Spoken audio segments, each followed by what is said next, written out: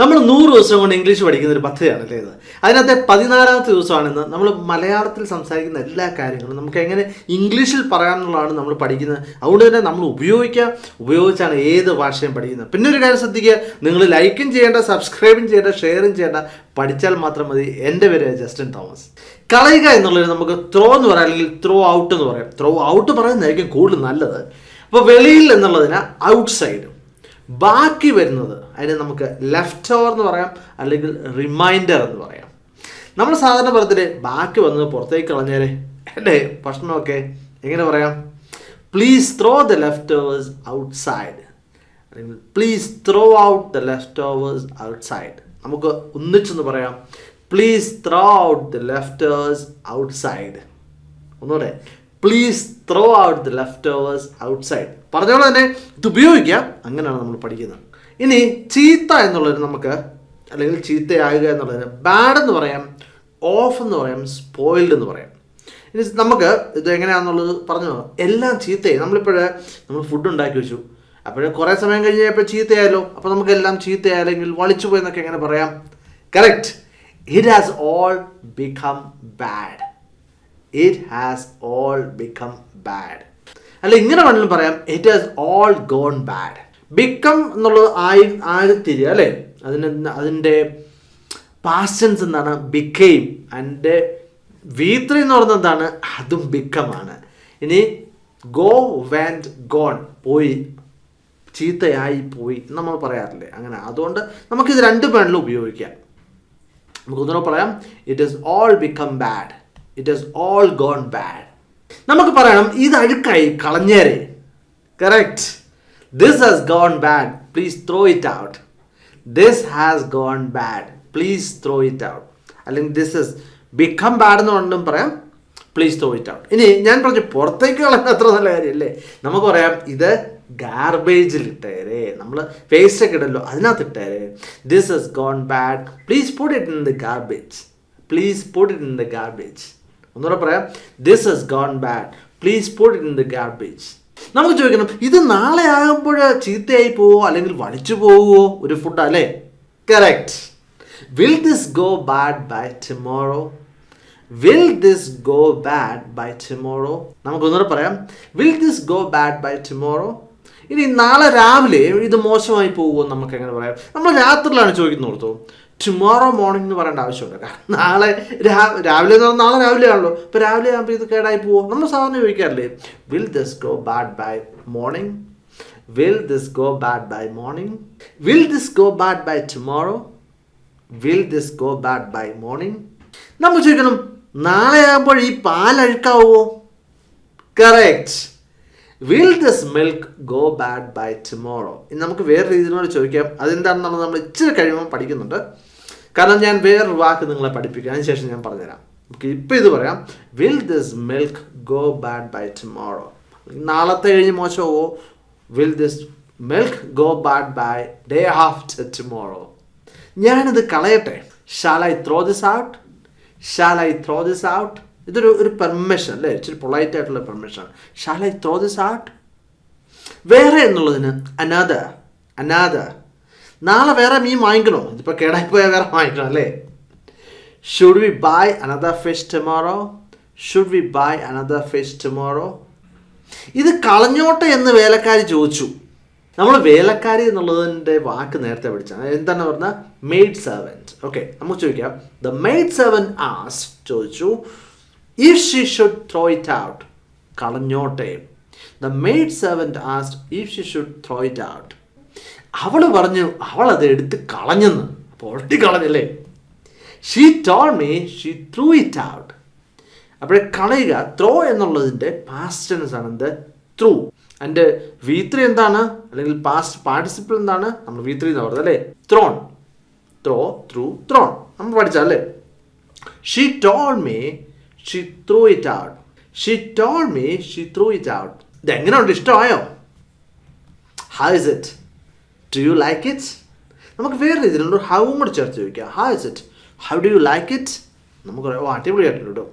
Nice, Garh.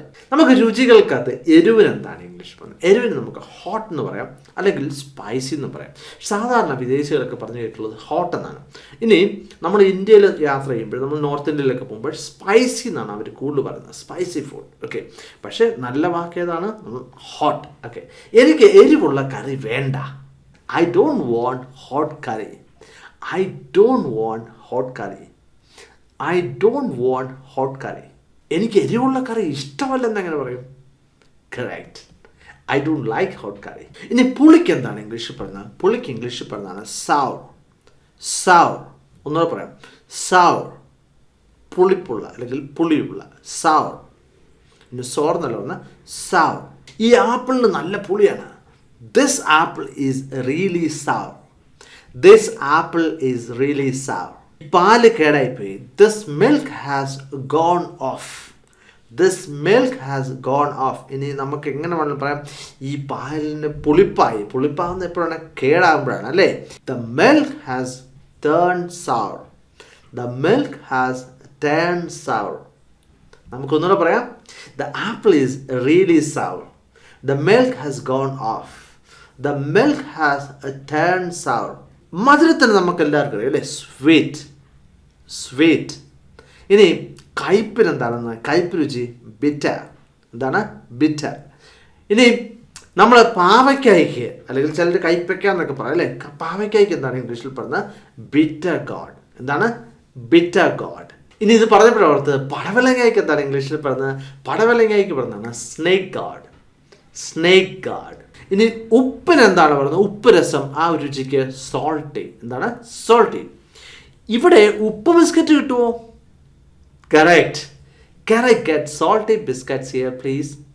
Can I get salty biscuits here please? ഇനി ഒരു രുചിയില്ലാത്ത നമുക്ക് എന്ത് പറയാം? ബ്ലാൻഡ് എന്ന് പറയാം. എന്താണ്? Blend. This bland curry will taste better if you add a little salt and pepper. ഈ രുചിയില്ലാത്ത ഈ കറി ഇച്ചിരൂടെ നന്നായിട്ട് നല്ല ടേസ്റ്റ് കിട്ടും. കുറച്ച് ഉപ്പും കുറച്ച് കുരുമുളകും ചേർത്താൽ മതി. This bland curry will taste better if you add a little salt and pepper. ഈ കറി നല്ല രസമുണ്ട് കേട്ടോ. ഇവിടെ ഈ രസം എന്നുള്ള ഉദ്ദേശം ഒഴിക്കുന്ന രസമല്ലല്ലോ അല്ലേ? ഇവിടെ ഉദ്ദേശം നല്ല ടേസ്റ്റ് ഉണ്ടെന്നാണ് അല്ലേ? അപ്പോൾ നമുക്ക് എങ്ങനെ പറയാം? This curry is really tasty. This curry is really tasty. ഒന്നുകൂടെ പറയാം, This curry is really tasty. സാധാരണ സായിപ്പന്മാരൊക്കെ പറയുമ്പോൾ അവർ ഈ ഒരു കാര്യം മാത്രമല്ല, റിയലി നൈസ് ആൻഡ് ടേസ്റ്റി എന്നൊക്കെ പറയും. ചുമ്മാ ടേസ്റ്റ് എന്ന് മാത്രം പറഞ്ഞാൽ മതി. പിന്നെ അവർ സാധാരണ നൈസ് ആൻഡ് ടേസ്റ്റി എന്നൊക്കെ ചേർക്കാറുണ്ട്. ഈ അപ്പങ്ങളൊക്കെ കഴിക്കാൻ നല്ല രസമുണ്ട് കേട്ടോ. അപ്പം നമ്മൾ സാധാരണ ഇവിടെ രസം എന്നുള്ള ഉദ്ദേശിച്ചതും എന്താണ്? നല്ല ടേസ്റ്റ് ഉണ്ടെന്ന് തന്നെയാണ് അല്ലേ? നമുക്ക് എങ്ങനെ പറയാം? These appams are nice and tasty to eat. കഴിക്കാൻ രസമുണ്ട് അല്ലേ? അപ്പോൾ ശ്രദ്ധിക്കുക, നമ്മൾ അപ്പത്തിന് എന്താണ് ഇംഗ്ലീഷിൽ പറയുന്നത്? അപ്പത്തിന് നമുക്ക് പാൻ കേക്ക് എന്ന് പറഞ്ഞാൽ മതി. നമ്മൾ നേരത്തെ പറഞ്ഞതാണ് അല്ലേ? Pan cake. Made from fermented flower. Ferment ചെയ്ത, പുളിപ്പിച്ച അരിയിൽ നിന്നാണ് എന്തുണ്ടാക്കുന്നത്? അപ്പം ഉണ്ടാക്കുന്നത് അല്ലേ? നമുക്കങ്ങനെ പറയാം. അല്ലെങ്കിൽ ജസ്റ്റ് പാൻ കേക്ക് എന്ന് പറഞ്ഞാൽ, ഇനി ഇതൊന്നും പറയണ്ട അല്ലേ? അപ്പം എന്ന് പറഞ്ഞാൽ നമ്മുടെ ഒരു ഫുഡാണ് അല്ലേ? These appams are nice and tasty to eat. ഇനി ഇവിടെ നൈസിൻ്റെ ആവശ്യമുണ്ടോ? ഒരാവശ്യമില്ലേ? ടേസ്റ്റി ടു ഈറ്റ് എന്ന് പറഞ്ഞാൽ മതി. ഞാൻ ആദ്യമായിട്ടാണ് ദോശ കഴിക്കുന്നത്.